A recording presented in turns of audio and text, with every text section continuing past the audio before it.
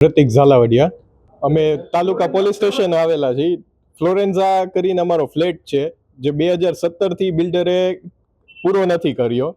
આજ સુધી બધા કામ બાકી છે એમાં.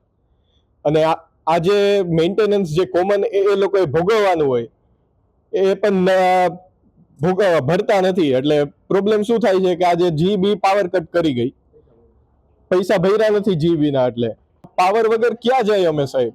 કારણ કે લિફ્ટ બંધ છે, પાણી બંધ થઈ જશે. વડીલો જે છે એ 10-10 માળ કઈ રીતે ચડે? બિલ્ડરને તો 1000 વાર રજૂઆત કરેલી છે, પણ એ કઈ કરવા માંગતા જ નથી. બિલ્ડર શ્રીધર ઘોડાસરા, મનોજ કાલરિયા, ધવલ હદવાણી, સેહુલ ઘોડાસરા માંગ એ છે કે જે પ્રમાણે બ્રોશરમાં બતાડેલો છે એ પ્રમાણે ફ્લેટ પૂરો કરે. અને અમને આ જે મેન્ટેનન્સ નથી કરતા, જે જીબી ને છેડા કાપી ગયા છે એનું ભરનું પૂરું કરીને જીબી ને બધું ચાલુ કરાવે. મારું નામ ડૉક્ટર શીતલ ફળદુ છે અને હું અત્યારે તાલુકા પોલીસ સ્ટેશને અમારા જે બિલ્ડર છે ધ ફ્લોરેન્ઝાના એની અગેન્સ્ટમાં કમ્પ્લેન કરવા માટે આવેલી છું. અમારી રજૂઆત એ છે કે મારું 1.5 વર્ષથી ફર્નિચરનું કામ ને બધું ચાલે છે. આજે જ હું શિફ્ટ થઈ છું આ ફ્લેટે, બરાબર. 1.5 વર્ષમાં બિલ્ડર મારા ફોન રિસીવ કરતા નથી.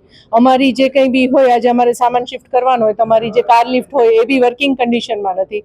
એટલે 1.5 વર્ષમાં હું સખત હેરાન થઈ છું.